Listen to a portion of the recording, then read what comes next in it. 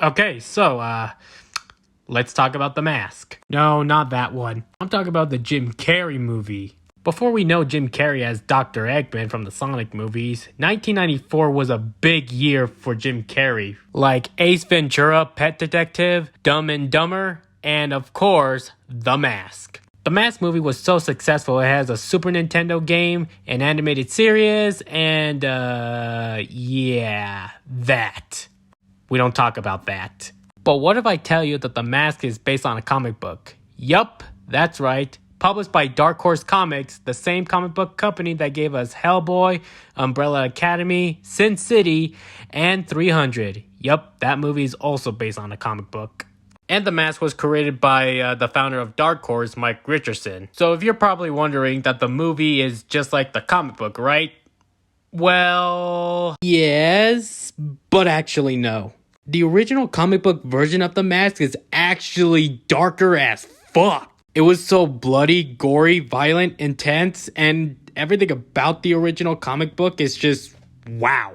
So the main character that we always call him, The Mask, but in the comic, he is known as the Big Head Killer. That's right, he is nothing like his movie version. He goes on a fucking killing spree, killing a lot of people. So with that out of the way, let's check out the Mask comic book that started it all. The Mask Mayhem, published in 1989. So we start off with a man named Stanley Ipkiss who went to buy a mask for his girlfriend. After he got out, he saw a bunch of bikers riding on their bikes and ended up scratching his car to the point where he cursed at them. When Stanley is about to get in his car, one of the bikers, known as the Butchers, tapped on his shoulder and they heard what he called them, and then they beat him up.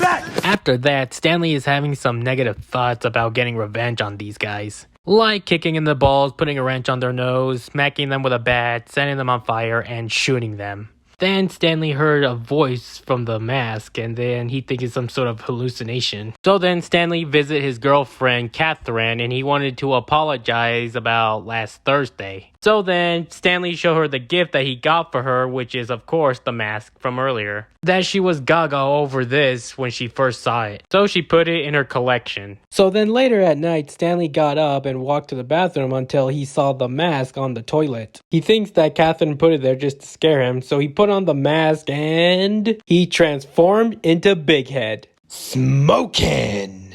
I don't know, I just feel like saying that. So he got out of the apartment with a gutter pipe. And if he were in his right mind, he might wonder about all this. He said he bet he has all kinds of superpowers and stuff, and some guy showed up and say something to him. Stanley tried to warn him, but the guy's like, well, I like to see you try. So then Stanley tried to hit him, but he hit something else instead. It hurt his hand so bad that he jumped in the middle of the street and then he gets ran over. But it seems like he's fine, and he knew he had some amazing abilities. Stanley said he must share these powers with mankind and use them to protect and serve others in need.